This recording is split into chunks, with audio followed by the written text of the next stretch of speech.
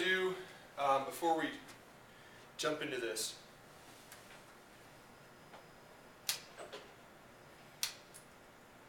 I want to kind of describe what we're going to be talking about and do today.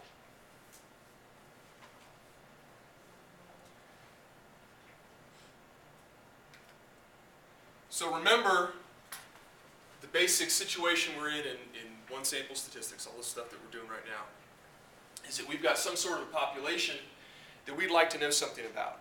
And for right now, let's assume this population is numeric. That is, for each person or thing in the population, we're going to record a number. So a height, a weight, a test score, something like that. And within that population,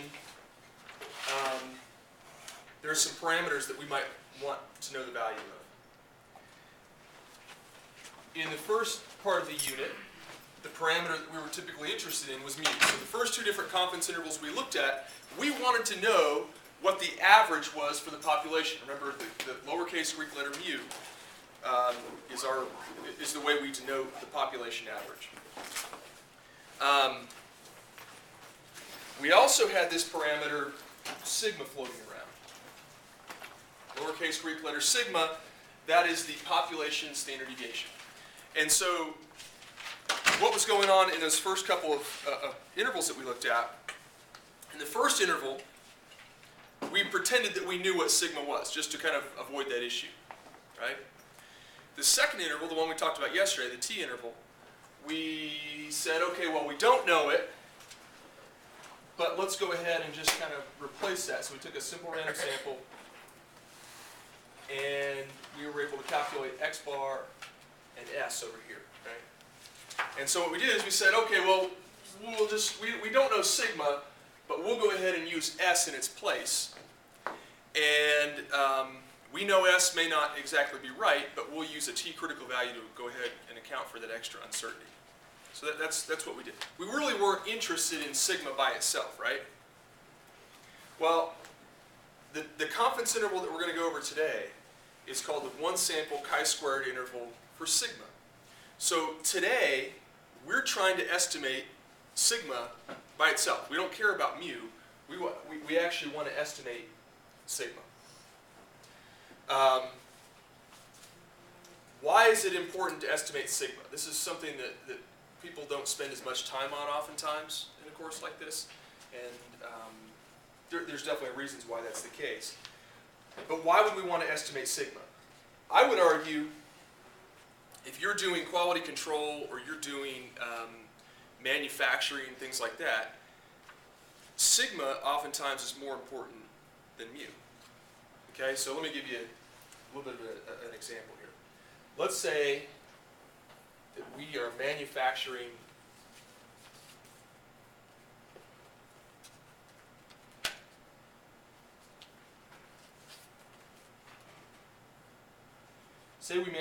car pistons.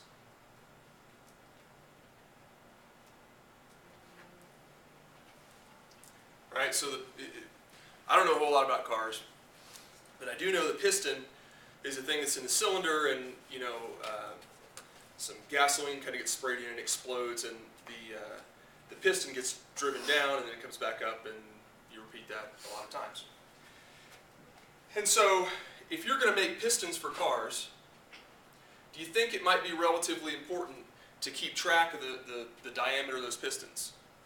Probably so, because if they're too big or too small or something like that, you might have problems. Maybe they don't work that well in the engine. So, let me put two scenarios here.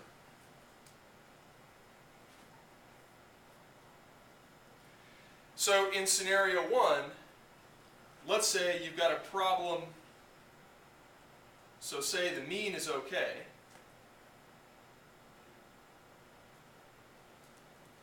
And you've got a problem with the standard deviation. Right? Because when you actually manufacture products, they're not all going to be the same size exactly. But let's say that under scenario one, on average, your pistons are the right diameter. They're the right size on average, but you've got a problem with standard deviation.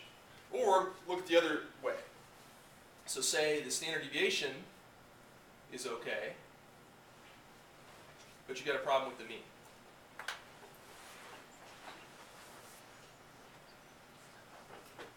All right, so under the second scenario, it means the standard deviation's okay, but on average they're off or something like that.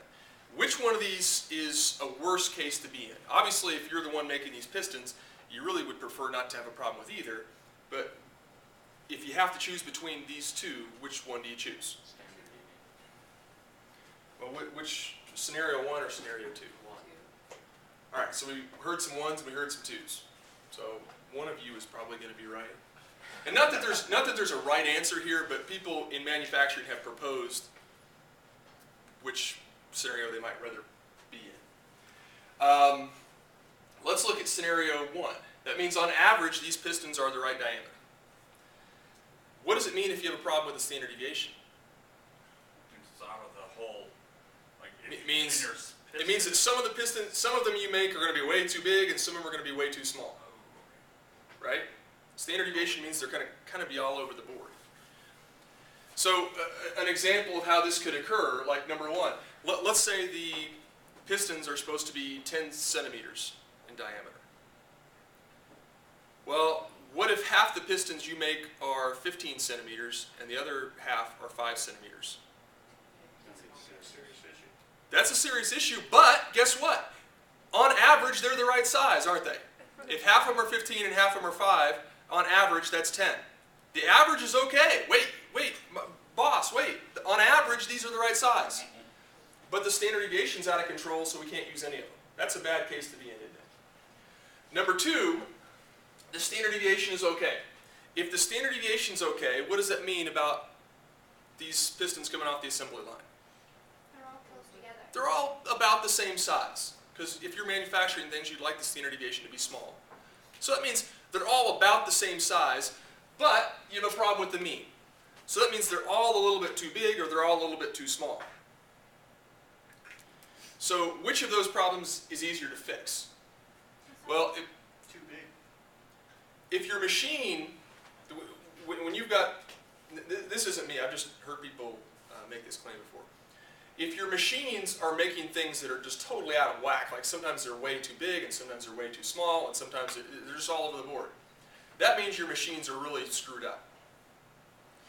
But if your machines are they're all making these pistons that are almost all exactly the same size, but they're just a little bit too big or a little bit too small, that's going to be an easier problem to correct. Because then you can just maybe fix one little part and, oh, now we're doing the right thing. So scenario 1 is problematic. If you've got a problem with your standard deviation in manufacturing, that's not good. So in quality control and things like that, people tend to focus more on the standard deviation. A perfect example of that was late 70s, early 80s vehicles. So the Japanese, like Honda, Toyota, Japanese manufacturers, they were using quality control methods. The American manufacturers were not. 10 years later, 15 years later, did you want to be driving, like in the late 90s, would you want to drive an early 80s Ford or something like that? No, because it probably didn't run. But a Toyota, 20 years later, probably had a lot better chance of running because the Japanese were using quality control methods. Now, hopefully the American manufacturers are doing that now, and I think they are, but it's important.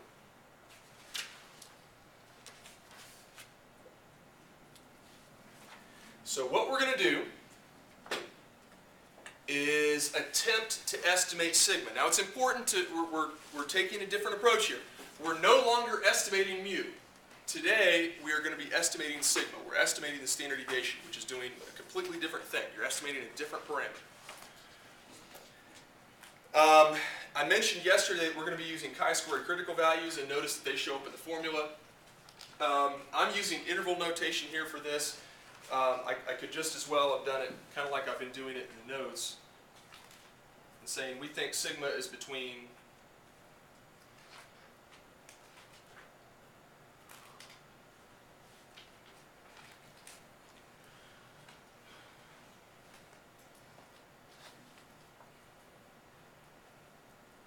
So that's what that indicates there. Yeah, this is just the left end point, this is the right end point. So the one thing that I will point out here is notice that these two things look like they're the same, don't they, the way I have it in the notes? They're obviously not the same because otherwise you'd get the same left and the right endpoint and you wouldn't really have an interval. What do you think's going on here, based on what you saw yesterday?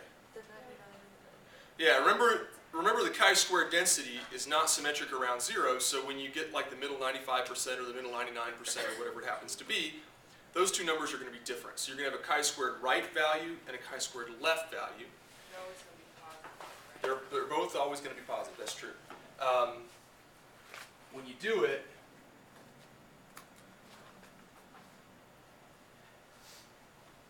the left one, the small one, goes on the right, and the big one goes on the left. So they're switched. So the chi-squared left goes on the right, the chi-squared right goes on the left. And if you think about it, it makes sense, right? If you divide by a smaller number, you end up with a bigger number, and vice versa. Okay? So in order to be able to do this, you have to have n minus 1 times s squared. All right, well, n is just the sample size, s is the sample standard deviation.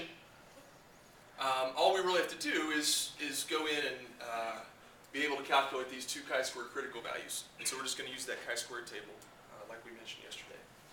In terms of degrees of freedom, for this procedure we're going to use n minus 1. So if the sample size is 25, we'll use 24 degrees of freedom. In terms of assumptions, and these are important, number one, we have to know the population is normal in order to be able to do this. Okay, you can't just say, oh wait, I've got a sample of size 5,000. I should be okay, right? Wrong. If the population's not normal, this doesn't work. The reason we could appeal to having a big sample size yesterday and the day before was because of the central limit theorem, right? What does the central limit theorem have to do with? Has to do with x bar, doesn't it? The central limit theorem has to do with x bar. Do you see any x bars up here? No. Central limit theorem does not work, does not apply. Okay? I'm not going to ask you guys to be able to memorize all these assumptions and formulas and so forth. You're going to have access to them somehow, some way on the exams. But you have to be able to use them, right? You have to be able to pick the right formula. Because at the end of this unit, we're going to have several different confidence intervals. You have to pick the right one.